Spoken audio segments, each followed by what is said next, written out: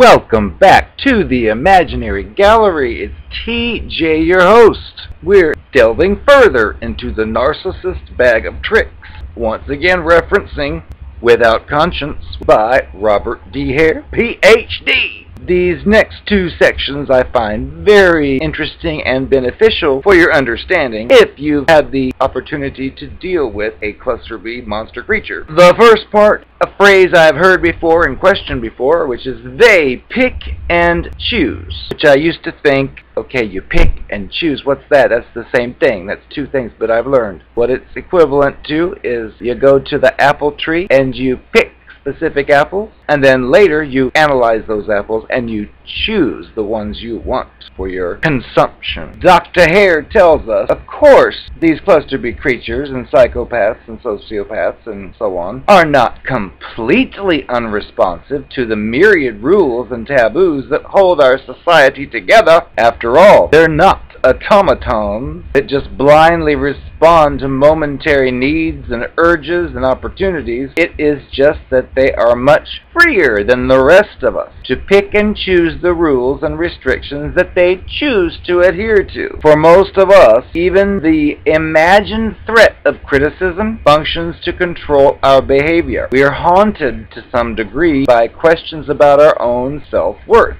As a consequence, we continually attempt to prove to ourselves and to others that we are okay people. We're credible, we're competent, and we're trustworthy. In sharp contrast, these cluster B creatures carry out its evaluation of a situation by thinking, what will it get out of it, and at what cost, without the usual anxieties, doubts, and concerns about being humiliated, causing pain, sabotaging other people's plans in the future. In short, the infinite possibilities that those people who have conscience when deliberating possible actions. For those of us who have been successfully socialized, imagining the world as one of these creatures is very close to, if not impossible. And that is one of the things they take advantage of, because they know some people out there just won't believe that there could be such a creature in this world as this creature actually is. And then Dr. Hare gives us a little snippet in a different colored box in the book, which is a very good illustration. Running parallel to the sea wall in West Vancouver, where he does his jogging, is a railway track. It's only used a few times each day. About a year ago, he was jogging and noticed that the signals that control car crossing over train tracks were activated and flashing, and then traffic began to back up. He'd just finished his run and he was cooling off nearby. And then later it became clear to him that although the signals continued to flash, they must have malfunctioned because there was no train either way coming. However, the car in the front of the line did not move, even after many of the other cars behind it had chosen to pull around it and go on through. When he left about 10 minutes later, the signal lights were still going, flashing on, and the first car still had not budged. Think about the driver of that car, and think about the psychopath cluster B monster as occupying opposite ends of a continuum of internal restraint. The former, which would be the driver who will not budge, lavishly follows the rules,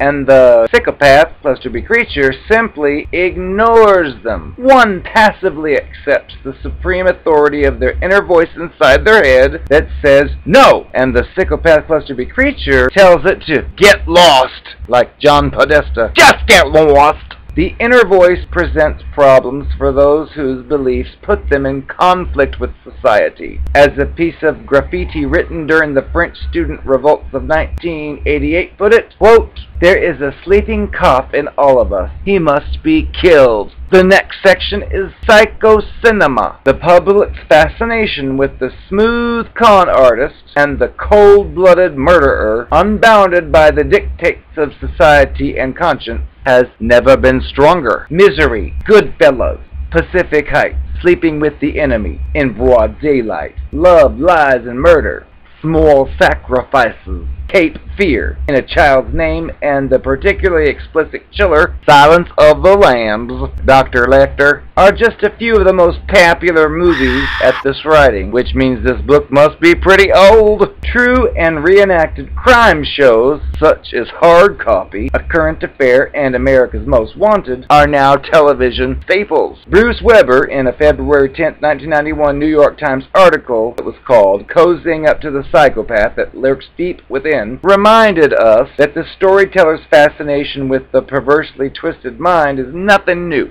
From Iago to Norman Bates, Dr. Jekyll to Harry Lime, Vladimir Nabokov's Humbert Humpert to David Lynch's Leland Palmer Bob, the logic of villainy has been fictionally explored. On the page, on the stage, and on the screen, over and over and over again. Even when failed by their powers of sheer imagining, writers and actors have drawn inspiration from the grim reality of these cluster-B creatures, such as Jack the Ripper, Lizzie Borden, Dick and Perry, Gary Gilmore, Charles Manson, not to mention Adolf Hitler, Joseph Stalin, and Richard III. By now, Saddam Hussein is undoubtedly a twinkle in some wordsmith's eye, which will not mention that, because that's a fraud, scam. The question is, why? What accounts for the terrific power that the personality without conscience has over our collective imagination? Clearly, evil is alluring, wrote Weber,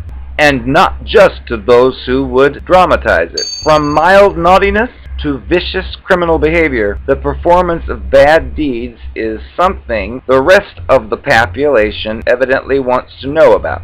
Dexter. There is one way to explain why the cluster-B creature, that personification of remorseless evil-doing, Michael Myers, Jason, has such an established place in the public consciousness. That's probably by design. Weber pursued this line of thought with forensic psychiatrist Robert Markman, who, along with Dominic Bosco, wrote Alone with the Devil, which is a book about Markman's professional work with murderers. The psychiatrist suggested that as an audience, we identify with these creatures, living out our fantasies of life with no internal controls.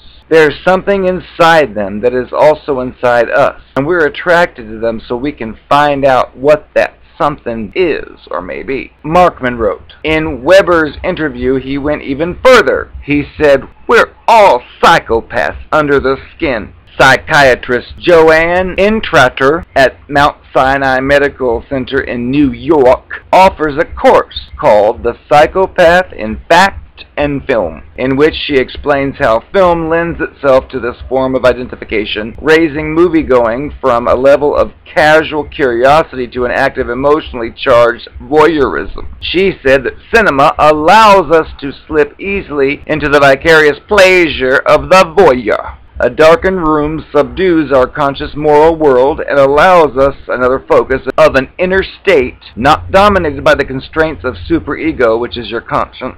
In the dark, we are enjoying, with a subtle consciousness, aggressive and sexual pleasure at seemingly no cost. These cinematic experiences may have a beneficial effect on psychologically healthy people, reminding them of the danger and destructiveness that these creatures carry with them. On the other hand, these experiences may also serve as powerful role models for those with poorly developed internal standards, serious psychological problems, or feelings of alienation from mainstream society. As for my own views on these two sections, on the pick and choose part, that part I understand, because a lot of times when you're dealing with this type of creature, you've talked about things that represent your value system, for example, and of course they mirror it right back to you, but then you discover they're doing things that do not fit with that value system. And of course we've covered a million times how when you say, wait a second, you said you never ate sugar and I saw you eating a whole bag of M&Ms, which is a legitimate question if that's what the person claimed. But you'll be likely to hear some kind of, oh, I don't eat any sugar, I only eat M&Ms because, and we don't even care what the retarded excuse is. The point is, it's not the right answer. It doesn't fit a person who doesn't eat sugar, period. With these creatures, they'll try to override reality to try to convince you that, oh yes, it's possible to not eat any sugar, but eat a bag of M&Ms every so often, but they still don't eat sugar. Wrong. Wrong. And I thought that the part he put in the little gray box was interesting too, about the car who goes to that railroad station area and stops because the lights are flashing, yet there's no train. That would be a perfect example of a person who follows the rules no matter what the cost. And then you compare it to the opposite, where the psychopath or the cluster B creature breaks any of the rules. But as far as the picking and choosing, it also has to do with the target that they're after, and it has nothing to do, as the author said, about what we've covered in a previous video as far as they're playing it like a game. It's not like a regular person who says, I am this way, A, B, C, and D. I'm going to make sure I behave in that way, and then if they do something that borders on not being A, B, C, or D, they'll feel an emotional consequence. Like he says, a threat of criticism, but it could be more. It could just be you feel proud of who you are because you're a certain way, and if you do something that's not in that certain way, there'll be a consequence to you. You'll think, oh, I'm not the person I say I am, oh no, and it will cause a trauma for you, but not these creatures. And that's what makes it crazy when you're dealing with one, because you are, let's say, a person who doesn't eat sugar, and you know what that's like. You know that when you don't eat any sugar, you don't eat any sugar, period. You don't have M&M bags, and to hear someone say they're just like you, but they do that, it's just wrong. They're playing a strategic game, and it kind of goes like, oh, I've got to say this in order to get that to happen. And it's what they do. So they'll say anything, and they don't realize that there's more to their words than what they're saying, that if they claim to be a certain way, well, you expect that to apply in all situations, yet it doesn't. And then they try to explain their way out of the foolishness. And then as far as the psychocinema, yes, it's true. People do love to watch such programs on television. He didn't mention one of my favorites, which is The Hand That Rocks the Cradle, with Rebecca De Mornay, and how she plays the perfect example of the psychopathic relationship stages from the beginning to the end. I mean, she starts off the love bombing, idealization, doing anything and everything that family needs, and then later she starts to devalue them, and then later they discard her, but she pretty much speaks as if she is discarding them. And I agree too that a lot of people control themselves because over years they've learned that they're an adult and they cannot just do anything they want. So when they see a film or a movie, including a killer or somebody who does evil things, it's a catharsis moment for them. It's kind of like saying, I would never do that, but it's fun to watch somebody else do it. And of course, my own situation, I've made a mistake involving this. I've loved characters in films where they appear to be one way, but then secretly they're another, and made the mistake of telling a few Cluster B creatures that I really liked her character. It didn't mean, though, I wanted to live it, which is what these creatures did. Not saying the movie caused them to, but they were probably internally laughing, thinking, you have no idea what you're in for. At the very end, I believe what he's saying is that these creatures we see on film or on television being evil, they remind some of us of the danger and destructiveness of being that way, but then on the other hand, I guess he's saying that it might influence somebody who is full of psychological problems and maybe is not a Cluster B creature yet or hasn't behaved as one, but they may watch such films and get ideas for, ooh, I could use that line on someone, ooh, I could say this or do that, which in that case, it's influencing the demons. I am the Narcopath, and you ain't. I'm here to give you some more confessions and some more information you might need because of our time together. TJ once again told me I need to stick to the program as far as what he's talking about. I watched that video he just did about picking and choosing.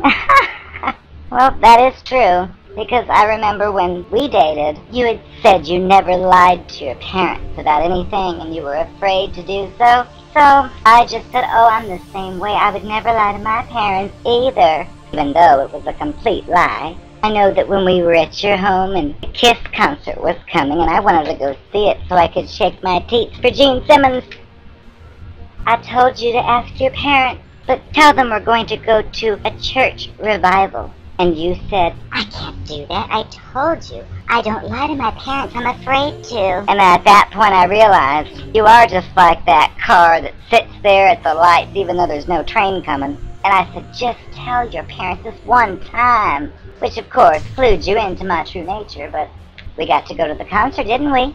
You watched me as I told my parents. Oh, it's just a church gathering. It's going to pray to Jesus Christ and it's going to be at the church? And my parents said, yeah. And you couldn't believe I did that. Well, honey, the truth is, it didn't bother me. If our parents came there and saw us shaking our teeth at the Kiss concert, I would laugh. I wouldn't care.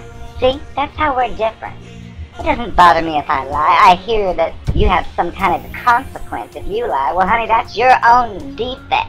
I don't have such things. That's how I get whatever I want.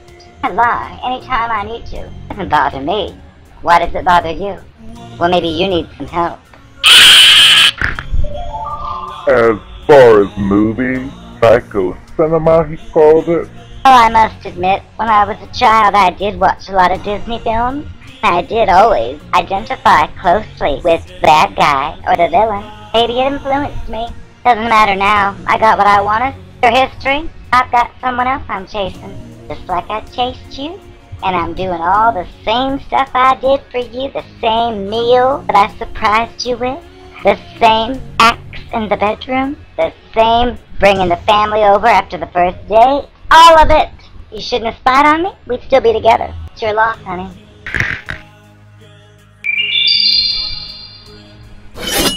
One of my favorite villains was Patrick Bateman from American Psycho. I try to pattern myself after him, if anybody. He's really brilliant. Uses all the facial products.